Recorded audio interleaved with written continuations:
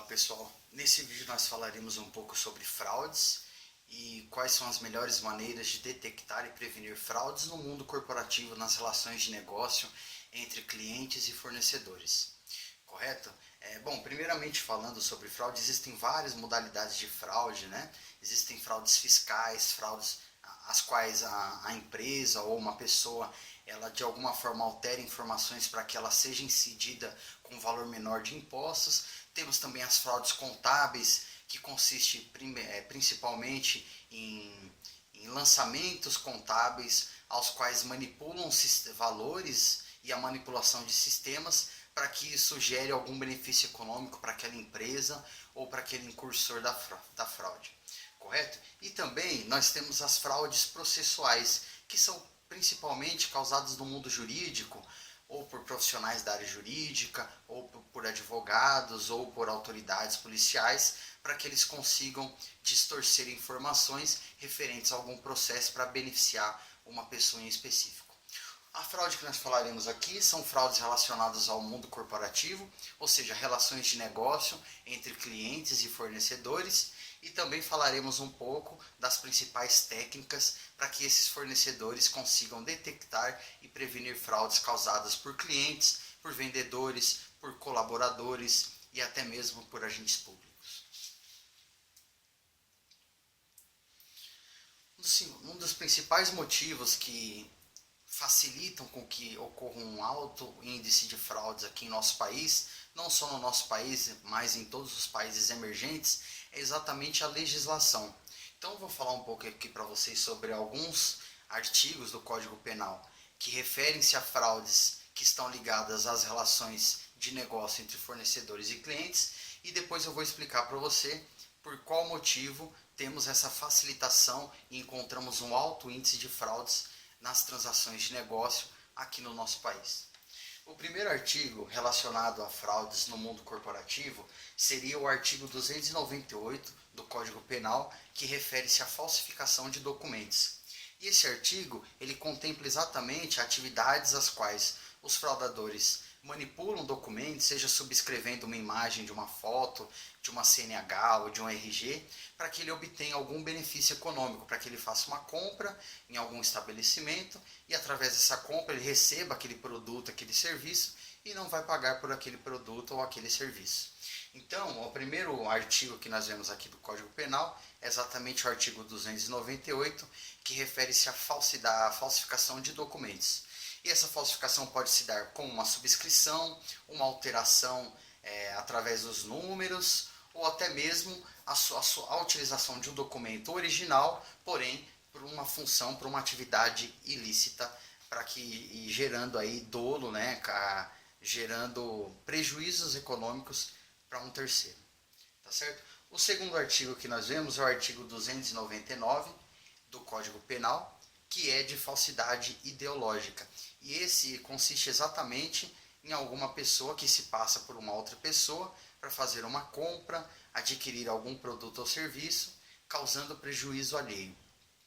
Se vocês verificarem aqui mesmo, esses dois artigos foram tirados dos sites do Poder Judiciário.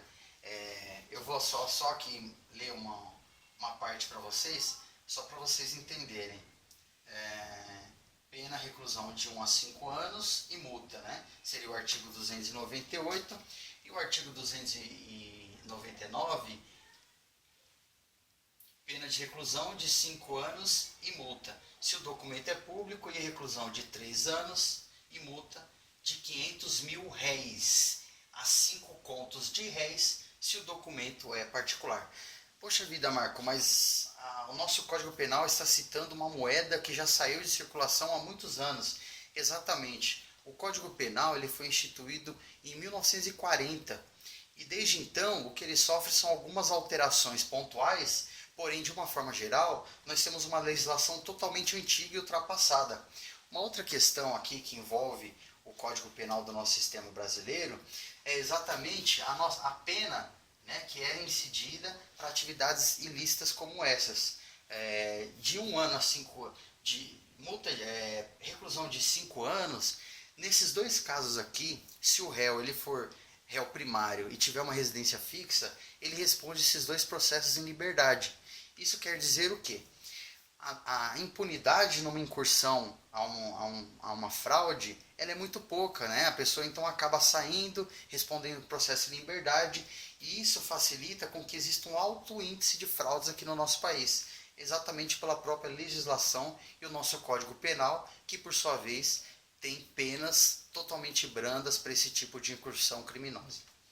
Enfim, para você ter uma ideia, aqui no Brasil, segundo as pesquisas atualizadas que foram feitas por uma empresa que especialista em detecção de fraudes, que é a ClearSale, aproximadamente 3,4% das transações de compras pela internet são tentativas de fraude e causam prejuízo para o seu fornecedor, exatamente por essas questões.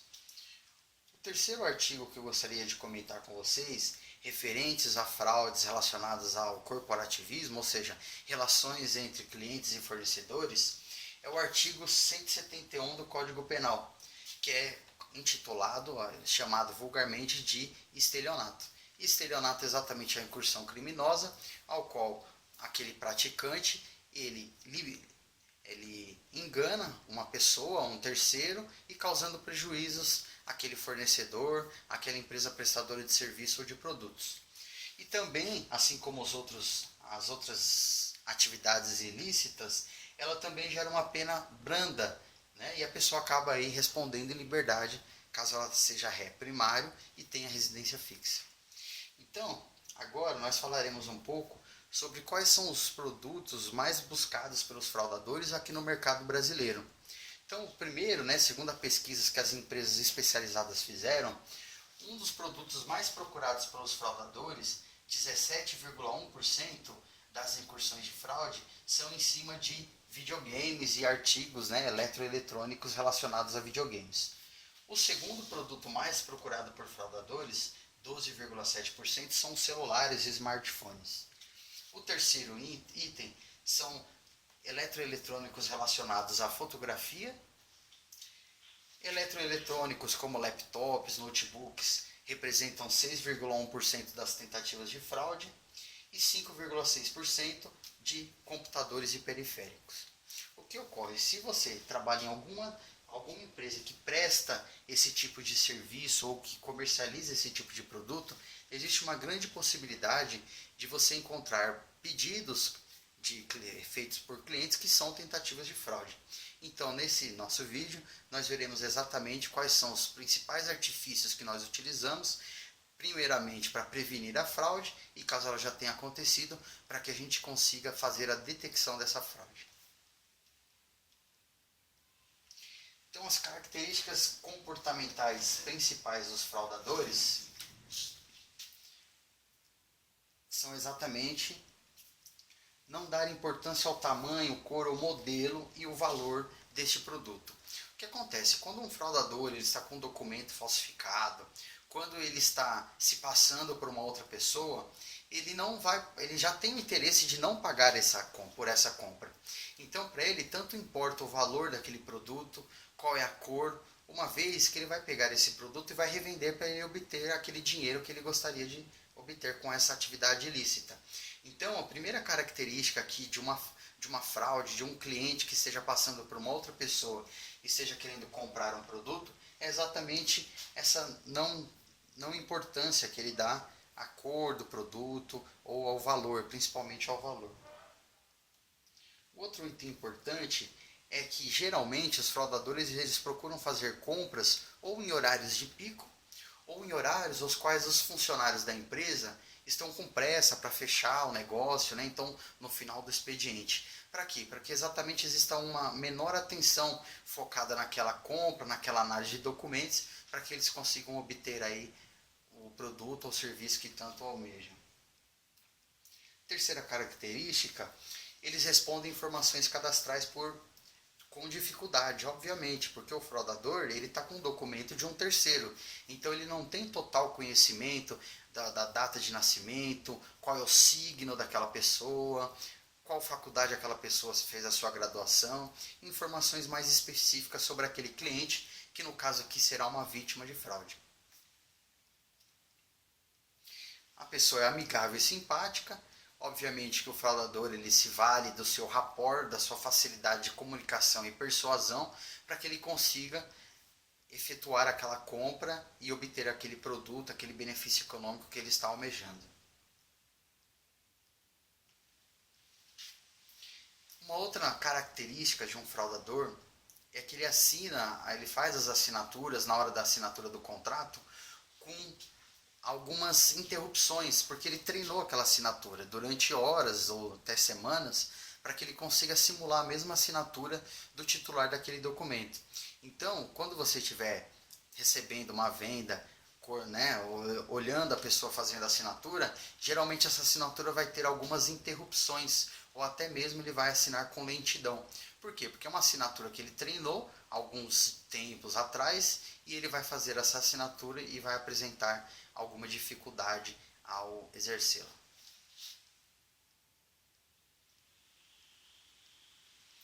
Uma outra característica importante em compras ou pessoas que estão se passando por clientes é quando, durante uma ligação, para você fazer uma validação de dados cadastrais, essa pessoa, primeiro, ela demora para te responder as informações que você perguntou. Em segundo lugar, você pode verificar o som de papéis sendo mexidos. Por quê? Essa pessoa, antes de ela confirmar essas informações com você, ela fez uma cola sobre todas as informações do titular daquele documento ao qual ela está fraudando. Então você vai verificar, por exemplo, qual que é o nome da mãe? Ah, o nome da mãe? E aí ela vai folhear aquele documento para que ela consiga ler o nome da mãe. E cada informação que você vai pedindo, você vai ouvindo aquele som de papel sendo folhado. Exatamente o fraudador folhando aí a cola que ele fizera anteriormente. Quais são as principais características de um CPF fraudado nos birôs de crédito, né, nas bases de dados? Ascendência no número de consultas. Uma pessoa física comum, geralmente, ou uma empresa, eles têm um número padrão de consultas, né? Então eles compram, aquelas compras mensais deles têm um número certo. Então aquela empresa, por exemplo, compra borracha, compra papel, compra telefonia celular. Então eles têm aquele volume constante de consultas, de tentativas de compra, e os seus fornecedores o consultarão de uma forma constante. Quando ocorre uma ascendência de número de consultas, isso significa que essa pessoa física ou jurídica está tentando fazer um número maior de compras. Número este que não era comum alguns meses atrás. Então, uma das características de um CPF, um CNPJ fraudados, é que ele vai apresentar uma ascendência no número de consultas nos últimos meses, que é exatamente quando aquele fraudador teve posse daqueles documentos e tentou fazer essas compras de forma maior, né, de um número maior de compras do que a empresa estava acostumada de fazer.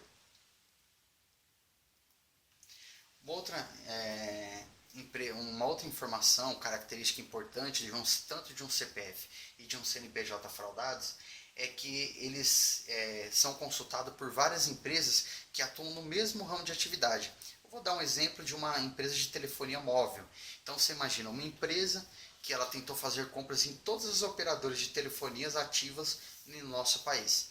Geralmente, uma empresa ela consulta um plano da operadora A, compara com um plano da operadora B, pode até chegar a tentar fazer compra nessas duas operadoras, mas é muito difícil uma empresa tentar fazer compras em todas as operadoras de telefonia.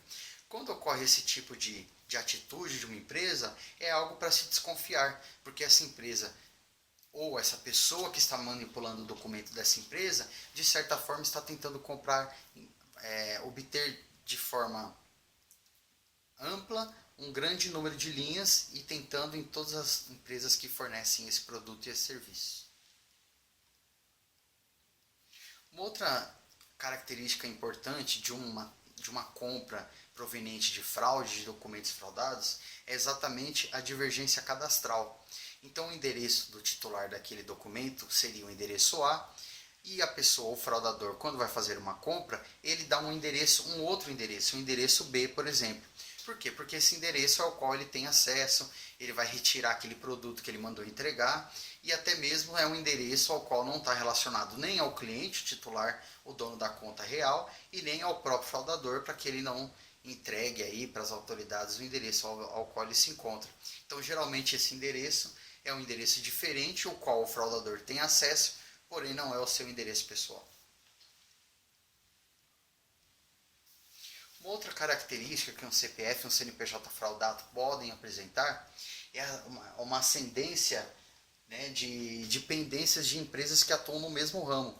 Então ele foi naquelas empresas, ele fez compra em todas as empresas que fornecem laptops, e as empresas, a partir do momento que ele não foi pagando, essas empresas foram negativando o nome dessa pessoa física ou jurídica, e você vai verificar isso nos birôs de crédito.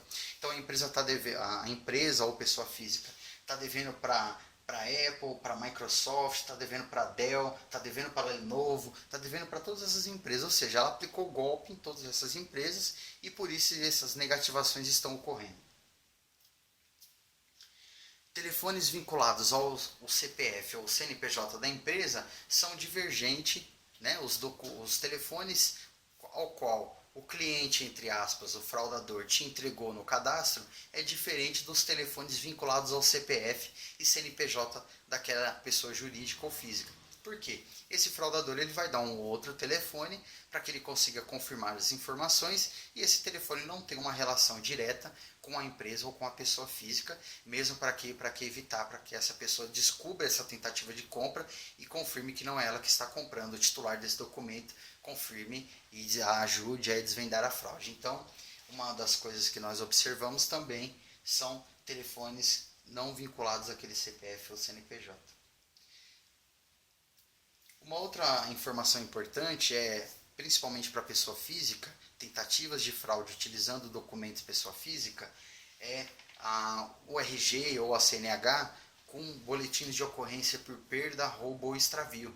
Ou seja, geralmente o fraudador pega ou na rua ou faz o roubo daquele documento e utiliza aquele documento para fazer novas compras. O analista de crédito também pode observar esse boletim de ocorrência por perda, roubo e extravio através dos alertas que constam nos birôs de crédito.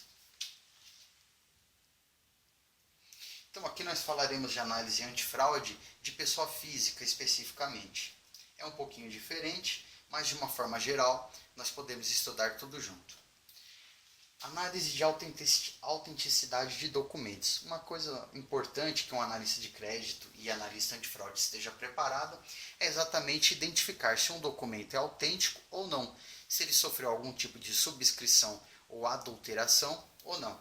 Então esse aqui foi retirado exatamente do site do Jus Brasil, e ele consta aqui algumas das principais características de uma CNH. A CNH, né, Carteira Nacional de Habilitação, que atualmente é o documento mais utilizado aí para fazer cadastros e envio para novas compras, tá certo? Então uma coisa importante aqui é a variação da tinta, da variação ótica, né, do mapa do Brasil. Aqui nós temos o brasão da República, aqui nós temos o fundo geométrico, né, positivo, e textos incorporados, né, e letras. Aqui nós temos o mapa do estado e a sigla incorporada ao qual esse documento foi emitido.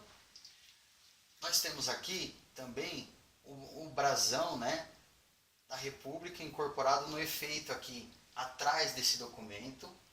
Temos também a tarja geométrica aqui, positiva e distorcida. Temos também a sigla dos estados, que ficam aqui nessa linha aqui, ó. Então, por exemplo, Paraíba ficaria PB aqui em toda a linha da CNH. Uma outra informação é a bandeira do Brasil, como se fosse uma espécie de marca d'água aqui nessa região. Temos aqui os fundos também com o mapa do Brasil. Temos uma holografia bidimensional com dizeres da CNH. Aqui nós temos o número com a fluorescência do CNH. Essa aqui, ela reage a luzes ultravioletas. Então, se você coloca uma luz ultravioleta numa CNH original, você vai ver um reflexo aqui. Aqui você verá também o guilhote negativo como imagem latente, microletras positivas, negativas com a ficha técnica em calcografia. E tem outras informações aqui, como microletras positivas, distorcidas, tinta prata com a fluorescência sobre a luz UV, que seria exatamente essa listra aqui, e assim por diante. Então essas são características importantes, ao qual o analista de antifraude tem que observar quando receber cópias ou documentos originais daquele cliente. Uma outra informação importante para nós aprendermos aqui nesse treinamento de análise antifraude é o cálculo dos dígitos verificadores do CPF. Os dígitos verificadores, eles seguem uma lógica matemática e é importante que você saiba isso para que um dia, se você precisar, você esteja pronto e apto a aplicar essas regras. Bom, primeiramente aqui,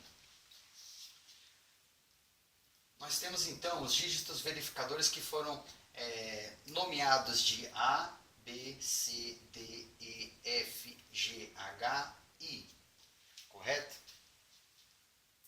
Então, aqui nós temos 1, 2, 3, 4, 5, 6, 7, 8, 9 dígitos verificadores e temos os dois algarismos que são depois da barra do CPF.